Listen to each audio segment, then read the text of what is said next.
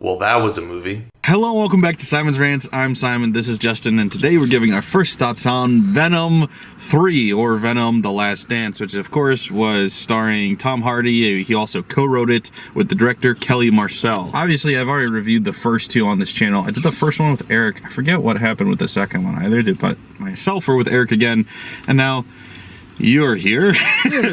And you've seen the first one, kind of. You rush watched it before this. You haven't seen the second one, so you kind of went into this one with warped expectations, I assume. I don't know how warped they could be. My expectations were rock bottom, but after the first movie, I did expect the quips. Yeah, so I don't exactly entirely remember how I put it in the other two, but so the first one I actually really enjoyed because it was kind of 50-50. It was either so bad it's good or good. Half the movie was actually pretty good and the other half was so laughably bad it was entertaining in a different way. So I actually really enjoyed the first one. The second one, I was just kind of bored the whole time. I don't know. It was bad, but in a non-entertaining way. And then this one, I had a little higher expectations than the second one because it looked like it was going to be ridiculous and silly again. And it certainly was. It was very ridiculous. I would say by far the most ridiculous of the three. That's fair. I'd have to rewatch the first one, but I also think it may have been the funniest of the three, partially because of accident, partially by accident. But then there was also a lot of jokes written in there. A lot of the jokes written in there were so cringy, though. I don't know. That's the Venom humor, though. It certainly was. I feel like a lot of the jokes were probably bigger and better here just due to the simple fact of it's not the first movie. We don't have to introduce these powers, pretend we don't know what's going on anymore with the voice in his head or what's up with Venom. Yeah, but I mean that was part of the appeal of the first one, was the whole odd coupleness of it. And I feel like they still have that a little bit. Yeah. They're pretty in sync now, but now it leads to more over the top power humor. Right. Okay, before I get too far, I'm gonna say this was the worst one of the three by far, but entertainingly so. It really felt like there was no real ambition to make a good movie anymore. They just wanted to make something entertaining. Oh, we had to say trilogy. It's hilarious how much of the beginning of this movie, which then kind of infects the rest of the movie, was spent trying to fix the absolute clusterfuck of what happened when they tried. So, Sony, in case you don't know, and in case you don't know, Sony tried to strong-arm their way into the whole multiverse thing going on at Disney. Yes. By putting it in their post-credit scene and saying, see, he's in the multiverse now, right before, the new Spider-Man movie and the Avengers and all of that. And Disney just went, oh yeah, he's in this movie? Okay, so post-credit scene is him immediately going right back, and he did nothing this whole time. So now Sony goes, well, shit. How do we do anything with this? And so the whole first half hour is just them scrambling around, going what the fuck is the point of anything? And so much terrible exposition. You should know if you've seen the trailer that Null is the bad guy. And the opening scene is him narrating just exposition, and he goes, hi, I'm Null. This is my backstory. This is what I want to do. Got it, everybody? Okay, let's go. And it was just so painful, especially when later in the movie they have exposition given by an actual character explaining why they're scared of this character and what's going on. It's very quick, very to the point, and then you move on. It's we really didn't need that opening scene then. But who are these aliens if we didn't We don't need to know. But we'd be confused during the movie. I already was. I was anyway. The movie was terrible. The script was god-awful. Nothing made sense. Nothing went anywhere. It was all just a hodgepodge of shit, and you're just waiting for the next joke. There was no... it didn't feel like a movie. Am I crazy by saying, it didn't feel like there was actually a script? It just felt like, here's a moment, here's a moment, here's a moment. It didn't feel like anything had anything to do with anything else. Yeah, I don't really know what it was all leading towards, but it just felt like... I don't know how big a fan you are of the Fast and Furious series, but there's just a point Fast Five, where they they just decided, fuck it. Yeah. We do whatever the hell we want now. Yeah. We're not about the racing anymore. No. We are like secret agents with cars now. Yeah. And I feel like that's what Venom did for a little bit, and then tried to get back to serious action Venom. Yeah. As serious Venom action can be. Sure. I'm fine with that choice. I'm fine with every choice, frankly. I'm just saying, from like a serious filmmaking perspective, this movie sucked. It was awful, but it was so entertaining for it. Yes, I wish it would have just stayed completely horrible, jokey the whole time. And I just love the introduction of such random people. Like, they brought characters back from the dead for no reason. They introduced whole new characters, like Juno Temple, who's a great actress, is just given the worst dialogue possible. And she's just put there, and they're like, oh, is she going to be important? Not really. Maybe in a later movie she'll be, but like right now she's not. And then it's just like nothing mattered. Everything was pointless. And then it confused me so much because they introduced this family of hippies, but the dad is the Lizard from the Spider-Man movies. And I'm like, why is this the same actor? It makes it so confusing. Because it's not only is it from another Spider-Man movie, it's from the Sonyverse. It's Andrew Garfield's Spider-Man that had this villain. So it's the same, you can't even use a multiverse argument. It's just the same actor in the same universe is a different character. Yeah, because I was looking it up again. Was it the one Commander Stryker was his name, I think? I don't know who. The guy who looked inside the Stryker or something, Stryker. Like yeah. I'm pretty sure he was one of the wizards from Doctor Strange. Yeah, but at least that's a different... Yeah, but that's what I was saying. At least that was multiverse angle. Yeah. Now they're just like, nah. It's a very strange multiverse because it's a very big deviation. But in this case, it's the same. It's the same our universe. Yeah. It makes no sense. It's just like, why did you do that? He's got wild hair now. I feel like they did that with the Lizard at some point too. I swear he had a beard at some point. Yeah, he did. But now he's got a whole family. Yeah. And a beard. And both arms. Yeah. This is the happy timeline for him, I guess. But it's just weird because... I mean, considering that character, he did kind of get everything he wanted. Yeah, his life's good. Yeah. His life's not bad. Maybe it is the same guy. He got the thing right this time. So it heals the arm, but he doesn't turn to Lizard. The one defect, complete memory loss. Complete and utter memory loss. He's had to start over entirely. People just went, you know what, he's happier this way. Let him go. Man, yeah, this movie was... amazing. There was multiple times that it just left me with like hands in the air going, what was that choice? Why did we do that? From song numbers to dance numbers to extremely confusing layout choices and also continuity, because I swear there was an elevator. There was like one of those like big old like car drive-in elevators. It goes down and then it cuts to a different shot and the car is just in a room. It's not an elevator. There's no way for it to have been an elevator. And they even have had space over top the ceiling. I'm not sure. It was not an elevator. I'm like, what? How does this happen? This is a Sony Columbia production. A real studio made this. See, you've just never seen a top secret military base elevator. All right, they're very hidden. Yeah. And security is top notch at these kind of places. Oh, completely. You can't get into rooms you're not supposed to get into. You can't even get on the base. You can't.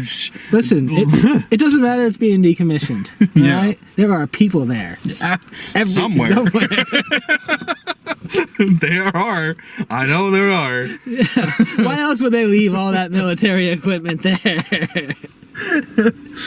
Oh man, yeah. But okay, all right. So, actual review here. Tom Hardy is fun. He's always great because he knows exactly, I feel like, what these movies are. So he's delivering both like a performance that is hilarious in how silly and stupid it is. Yeah. But it also takes a lot of acting ability to pull off, like being able to be both personalities simultaneously. So I love him in these movies. Other positives. Shit. Hold on. I'll think of one. I will. Andy Serkis did the voice acting for Null.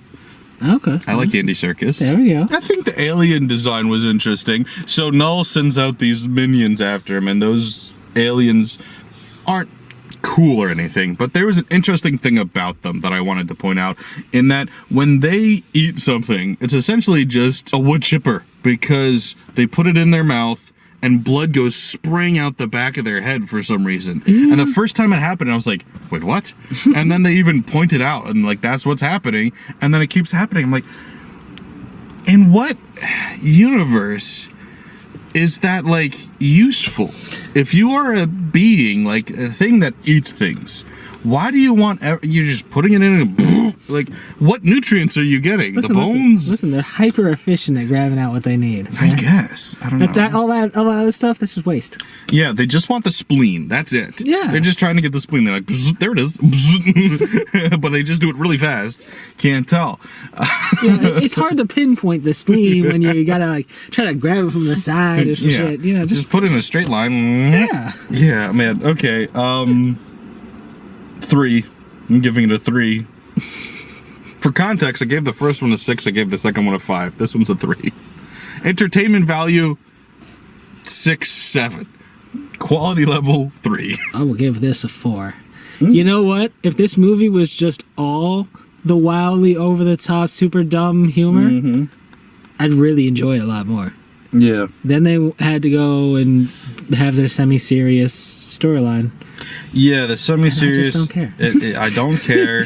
The nauseating amount of exposition from a million different characters about a million different things. Like Juno Temple's backstory was completely useless and irrelevant. There was a few different ways I thought her storyline was going to go, and it just went the most basic of them all. It's so strange because everything I was thinking about this movie was, oh, this clearly has different writers than the other ones. It doesn't. It's the same writer that's worked on all 3.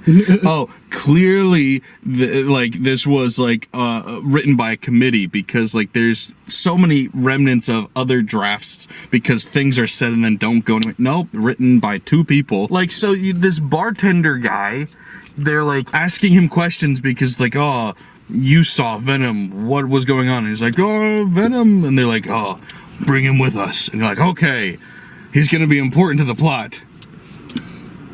Hey. No! Hey, he had a role.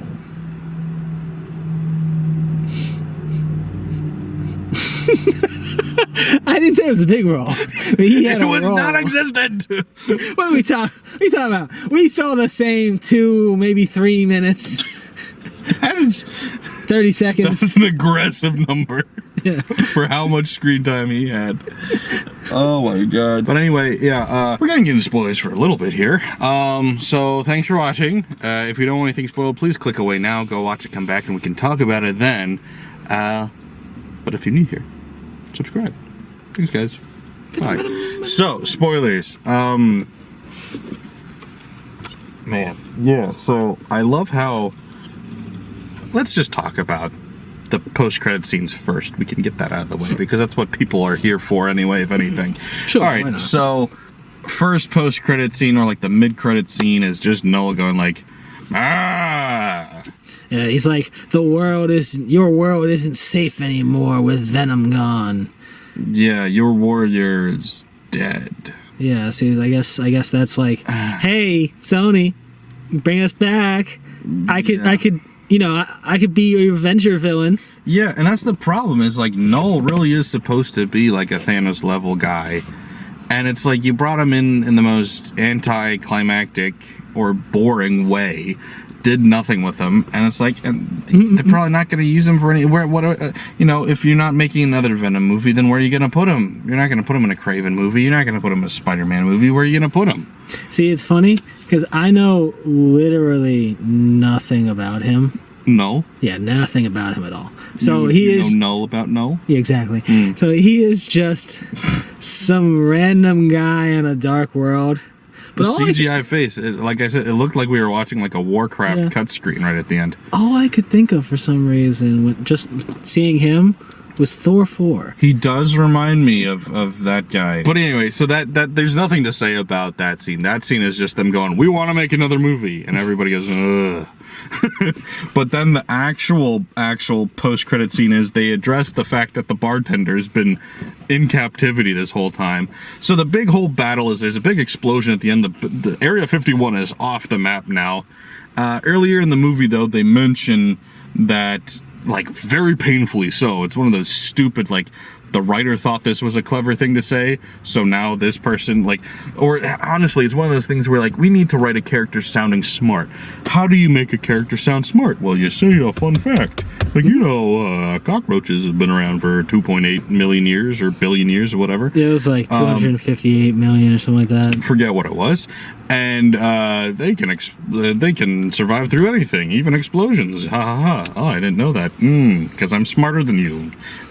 Dumb scene. Terrible. Terrible writing. That guy was just a simple soldier speaking to a scientist. Yeah, how could he know? Anyway, so at the very end, they show this bartender guy stumbling out of the underground part of this Area 51, and nothing's there. It was like a Twilight Zone scene after he comes out of the safe while reading his books. This is a deep pull that half the audience isn't gonna know. Time now. And and he's just looking around, and you're like, okay, what is the point of the scene? Where's it gonna go? And then it cuts to a cockroach crawling on one of those vials that they put, symbiotes in. Yeah. And then it cuts to black. And the overall reaction from the audience was, what the fuck? Yeah. Why did we wait for that? The credits were so long, everyone was just pissed that we waited for it. But I have a theory that makes that much more interesting than it was. I think that symbiote had Venom on it, because when he goes, this is one of the bullshit things they had to do to, fix the whole multiverse thing was, so when he pays, part of him is left behind. Pretty sure that was supposed to be in the other universe, but in this version he leaves it. And so they're behind there as well. In the Sony verse. Yeah. And so then that gets picked up and put in one of those little vials, and then we never see it again. Similarly to we never see this guy again. Now we're seeing both of them at the same time, and then we see that vial, or a vial like it, broken with a cockroach that is all black next to it. Now, does the cockroach have a big Venom mouth on it? No. It does not. Yeah. But it is a completely black cockroach. So I will say, I forgot that they put the small Venom sample into one of those vials. Yeah. But I did remember the Venom sample. Like, I knew that scene was supposed to be alluding to that the whole time. Yeah. But I was just like, oh, you're being real indirect about this. I expected, like, Venom to, like, pop up on the cockroach's back or some shit, maybe not possess it. Yeah. Or just, like, move on screen a tiny bit. Yeah, I think, and this is what I said in the theater, I think they were trying to keep it vague, because it's like, I think they're probably trying to gauge how people react. Like, do people want more Venom? Tom Hardy said he didn't want to do another one. Stuff like that, where it's like, or like, people have been asking for, they want to have Tom Hardy's Venom in the next Andrew Garfield Spider-Man movie. Are they going to? Are they not? Who knows? Is that movie ever going to get made? All that stuff. And so it's like, I think they were just like, here's an out. If we want to, we can, but we don't want to make it so obvious that it's like, if we don't, it looks bad.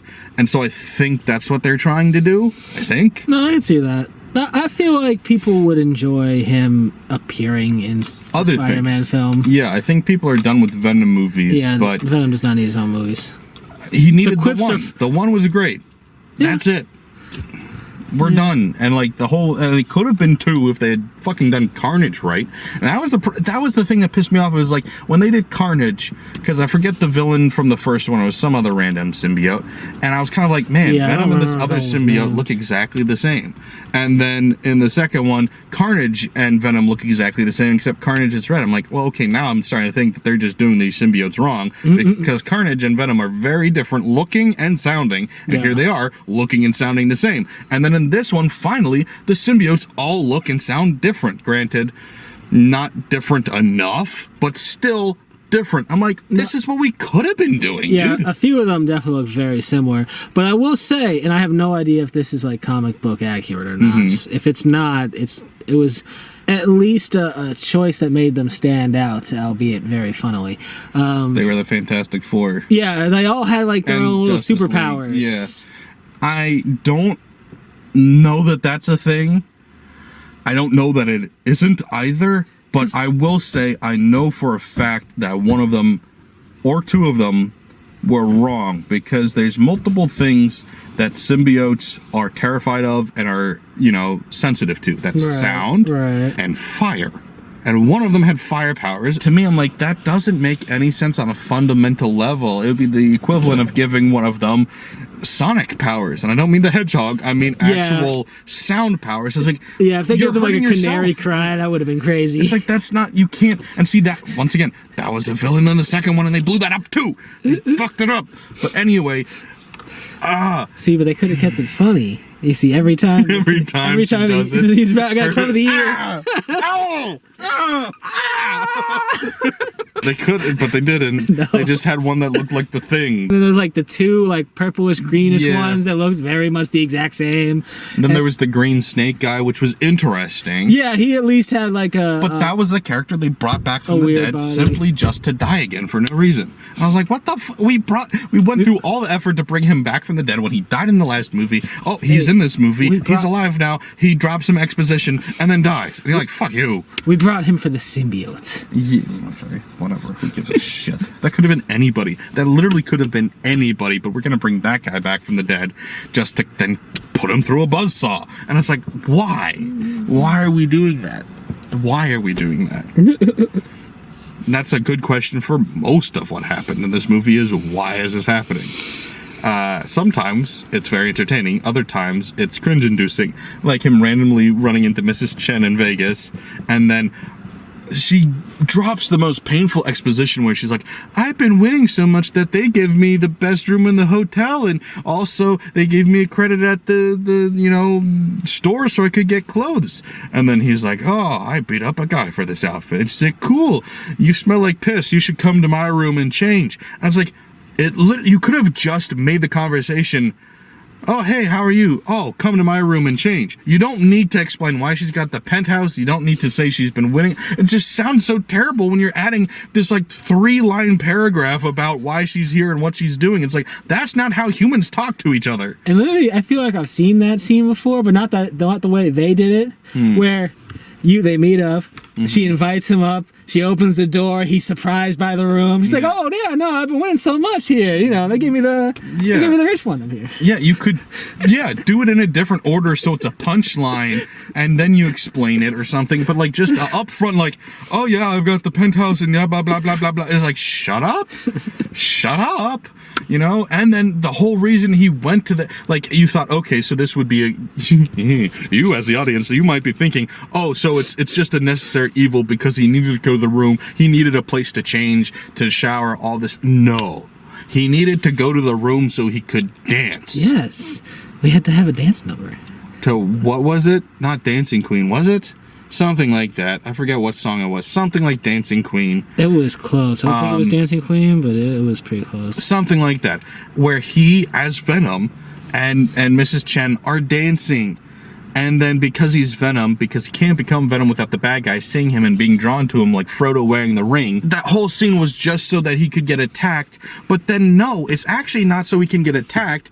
It's so that then the government people will come and grab him. So you didn't need him to turn into Venom to open up the roof because the bad guy came swinging through it. You really could have just had him be at the casino, and then the good guy, bad guys, whatever, the government comes and grabs him. All of that was just, one, so he could dance, haha, funny, and two, I guess we're wasting runtime. I don't know. Yeah, it is pretty wild, because like most of the film, they're kind of trying to look for him through all the security footage. They're tracking him very heavily. And one thing I've seen in every single casino film ever is they are jacked full of freaking security footage.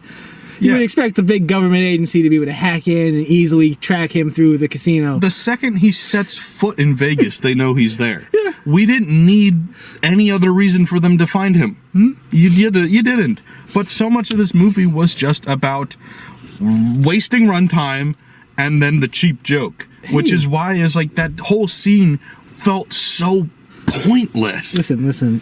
People aren't going to talk about the plot of this film, all right? I am. Outside of this review. Outside of reviews, people aren't going to talk about the plot of this film. People are not going to talk about the various action pieces of this film. People are not going to talk about the post-credit scene. They will a little bit. Not really much. They'll be disappointed when they talk about it, but sure. People will talk about that dance number. Will they? Will they? It'll be in the clips. It'll be the talked about thing of the movie. That or the sing along singing to David Bowie in the van. That's who. That scene was probably my favorite scene in the movie. Don't forget the horse too. The horse, well, yeah, but that was in the trailers. People already know about that. I'm talking about stuff that nobody has seen yet. See, this is what happens when you don't pay attention to the trailers. I didn't expect I'd see this, so I didn't even pay attention. Eddie is refusing to sing along, but Venom is singing very loudly and adding his own words. It's like floating like in a bathtub. It's the random ad-libs in there. Loved it. See? Love that scene. Also, the disappearing kid in the van. So, they all fall asleep during this drive. The kid is talking to Eddie about how he's afraid of aliens because all the lizard wants to do is see aliens, and he's dragging along his family. And the rest of his family, maybe his wife cares, but this kid certainly do not. His wife seems absolutely down. Yeah, his kids do not care at all, though. And then it's revealed the kid, the youngest kid, in fact, is actually scared of the prospect of aliens existing. He doesn't want to see them. And so Eddie goes, "Don't worry, aliens aren't real." And he goes, "Okay," and falls asleep on his shoulder immediately, out like a light. And then Eddie and Venom say like one thing to each other. The dad wakes up and hears him. He goes, "What did you say?" Cut to a slightly wider shot. No kid is leaning on his shoulder. In fact, there's no kid on the seat. Just empty seat next to him. And I was like, where did he go? He disappeared. He was an alien. Or he got abducted. That's it. He got abducted by aliens for that scene, and they probed the shit out of him. This is a quick probing. We got him back for the next scene. It's just a quick probe, in and out. Yeah.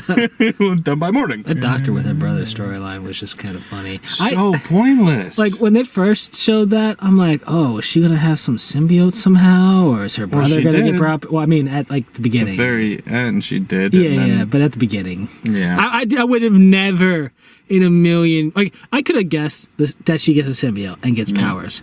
Never in a million years would I have guessed that she'd get, like, lightning/speed-based powers as a symbiote. Yeah. Maybe that's just something I don't know about symbiotes. It's just so stupid, too.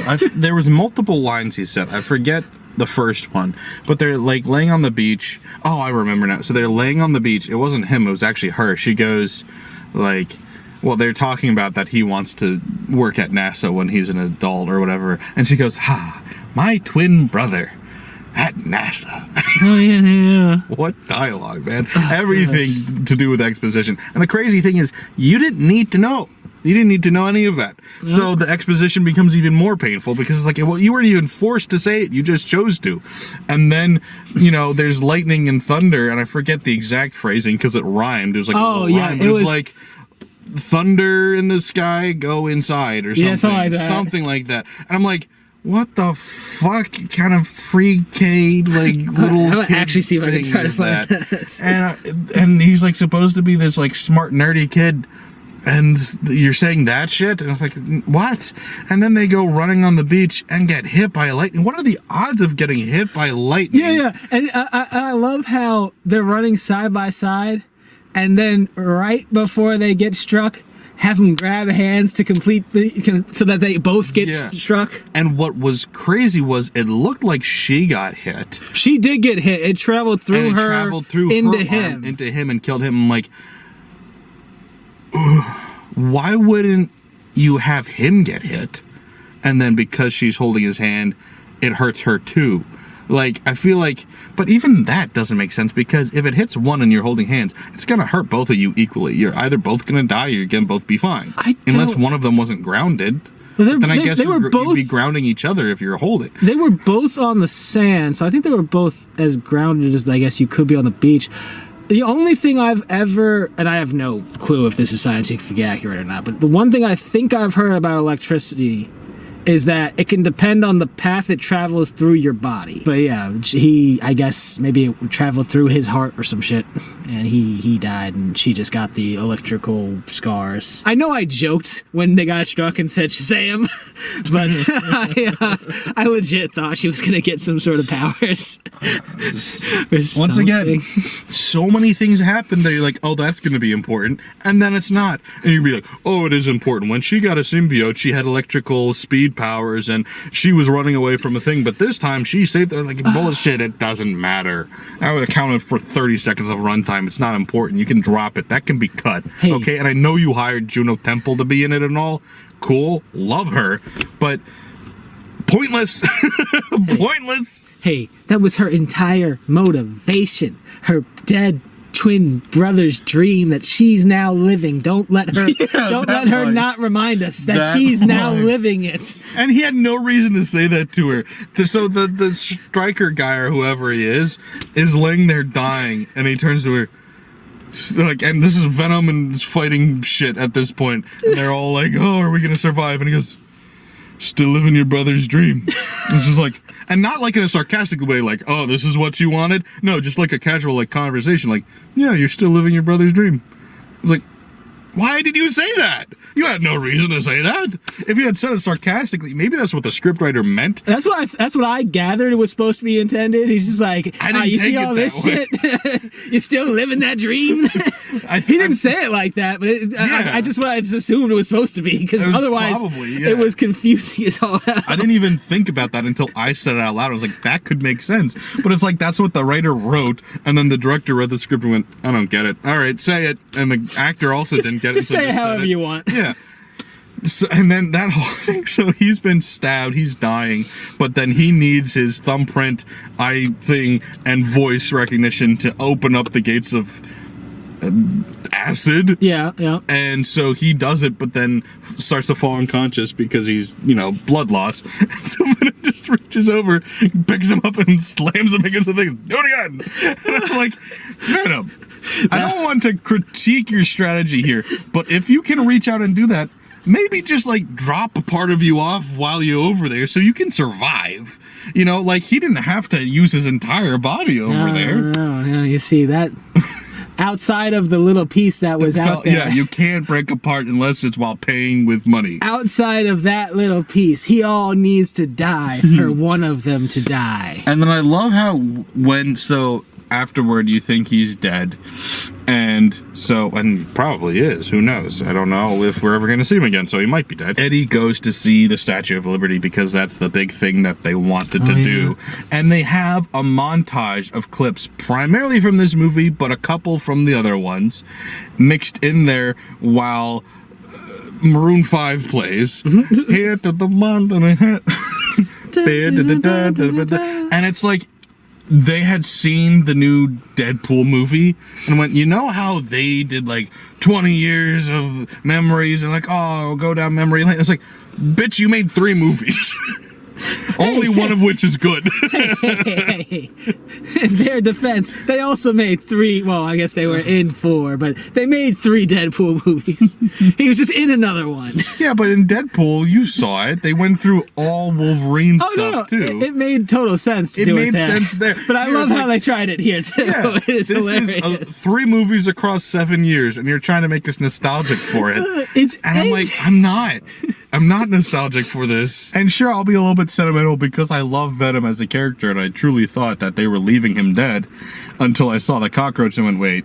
And so I'm like, yeah, okay, I'll miss the character, but I don't like this movie and I'm never going to watch it again, so I'll just watch the first one and he'll be perfectly fine at the end of that one. They have a fake out death with him in that one too, so. Oh, the power of headcanon. Yeah. I do love Venom though. He's such a fun character, and I think Tom Hardy does great at playing him. I think he does a great job. So it's like I know people would probably not like it. I know it would be incredibly dumb, But I swear, just go the Fast and Furious route. Lean heavy into your most ridiculous aspects. Yeah. And just make that the whole movie. They do find a way to put Eddie Brock on a motorcycle in every movie. Yeah. I don't know why, but they do. That's just Eddie Brock's style. I think Tom Hardy's just like, I learned how to ride a motorcycle and now I want to ride one all the time. This last final attack on the motorcycle was freaking hilarious. Yeah. They grabbed the propellers. He shoves the head coming off. up with all these different strategies on how to kill these things that are clearly invincible and just regenerate no matter what you do. Yeah. And they're like, oh, I've got an idea. I'm like, why do you think cutting its head off will do anything when you set one through a jet engine and it came out and just put itself back together? Now, granted, they didn't see that happen. Yeah. But like everything that they've done to these, that you've seen it just go like, whoop, all right, back to it. I'm like, why do you think cutting its head off is going to do anything? Well, listen, you see, some people, sometimes The black one. yeah, exactly. I forget the context. I was like, what does he want? The black one. Oh. Anyway, sorry, back to your point if you remember it. Some characters they can regenerate all the time. Yeah. Other ones, they got limitations on these things. If we just keep killing him, his regeneration can't keep up. Maybe. Who knows? Maybe, who knows? The script writers write that one. Who knows? But you know what? No, we got the acid in the end, which apparently works. But then it wasn't just acid; it was also an explosion. Yeah. So okay. So the acid. I remember them doing the first showing of the acid, and I guess the acid, because I don't remember them using it again or speaking about it again throughout the movie. Maybe I missed that. I don't the remember. acid. Yeah. I assumed that the acid's purpose because this was before they showed the underground. Yeah. I assumed the acid's purpose was to clear some of the debris and top secret shit out. Yeah. Yeah, but it clearly seems like it was prepared in case they had to clear up the symbiotes, I guess. No, I don't think that was its intended purpose. I think it was generally for just, deleting things they didn't want seen. Yeah, I still feel like that's the way they made it clear at first. It's just so wild. It's just just convenient. It was there. It's just like, this acid works. Hey, great. Yeah. You saw it dissolve a metal tanker. That's the same thing as these aliens. Yeah, right? sure. Why wouldn't it work on aliens' buzzsaws?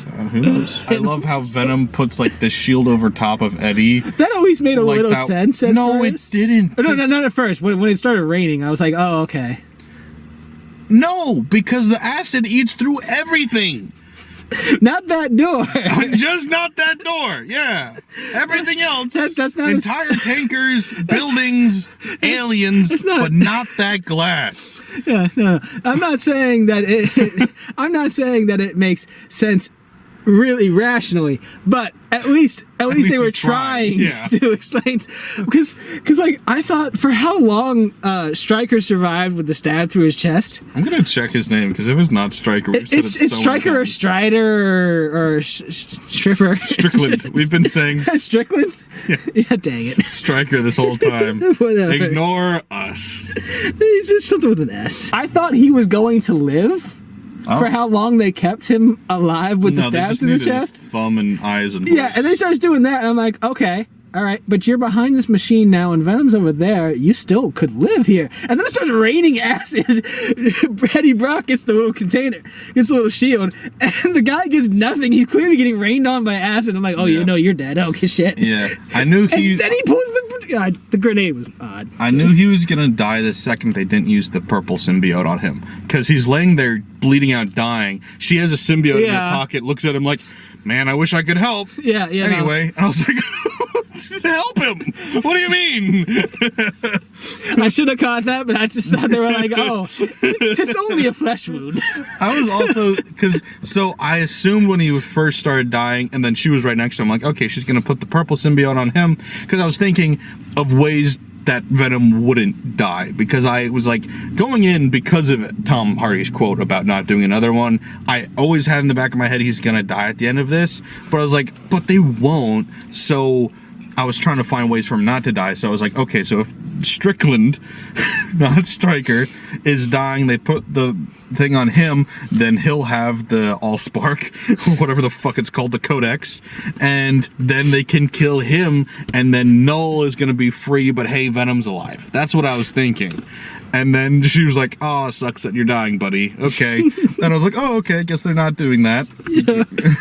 They probably just let him go. Yeah. I still, just like, I'm just gonna need some explanation of that grenade from somebody. Just like, why? What did he have to? Did he feel he had to blow up? He wanted to be part of the process. He wanted to. He's like, I don't want to die from this slow bleed out over here. I'm getting rained on by acid. Let me go, grenade. But what I want an explanation of, yes, like that segue, is this fucking top secret area they have.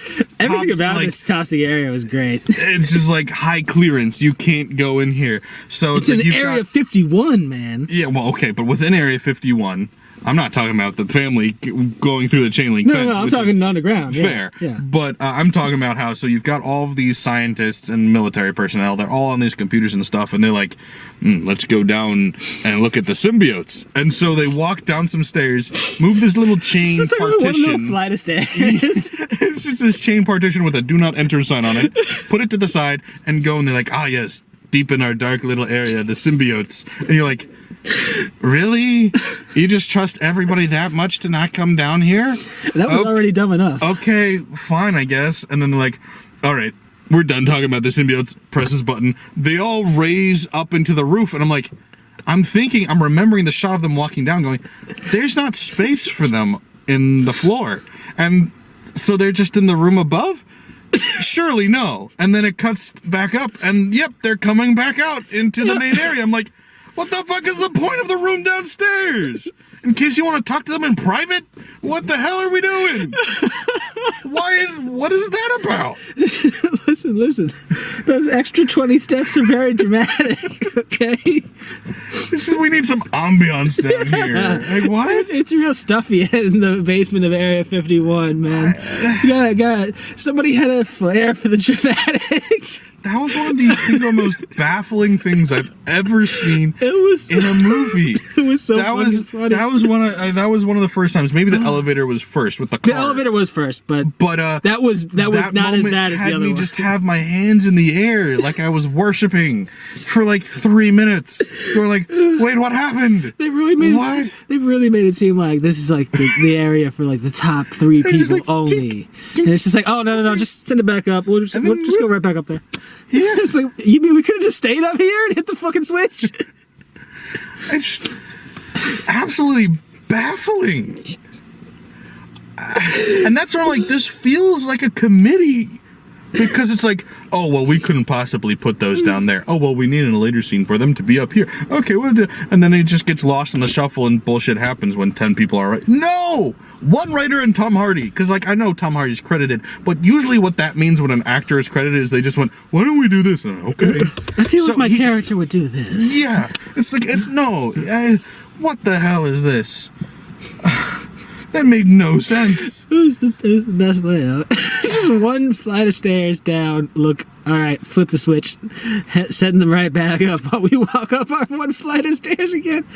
And the partition confuses the hell out of me too, because like the only use for a partition like that is so like to let you know, oh, you're not supposed to be in here. It doesn't actually prevent anybody from going there. It is purely about oh, just so you know. It's like one of those signs on like a closet, like employees only. Oh, okay, that's not the bathroom, that's a closet. Well. This, like, who are you stopping? Everybody knows their job there. Everybody, like, we're looking for the bathroom. You're like, maybe it's down here. Oh, symbiotes. Listen, clearly you don't understand that is an ironclad law of Area 51, all right? Right. People see that sign, it's like a force field, all right? It's like when you go into a school zone and it says drug-free area. Exactly. It's just so you can get hit with more fines in jail. I don't pull out a vape right then and there. But more fines in jail, because you get fined in jail. Yeah. I don't know why I said that.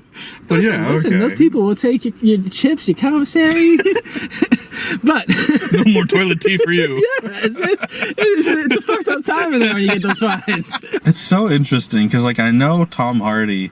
He's a fantastic actor, and he went through a series of, like, working with, you know, the best directors. You know, he worked with Nolan on Inception. He worked with Iñárritu on The Revenant. He was doing all of these, like, you know, artsy but still popcorn movies where, like, oh, he's gonna get award recognition, you know, for, like, Lawless and Legend and stuff, or Bronson, all of these great roles. And more recently, he's just been like, I'm going to do one role every 3 years, and it's going to be some goofy shit. Mm-hmm. Frankly, it's going to be Venom. I'm just going to do one Venom movie every other year, and that's all I'm going to do right now. Yeah. And I respect him for that.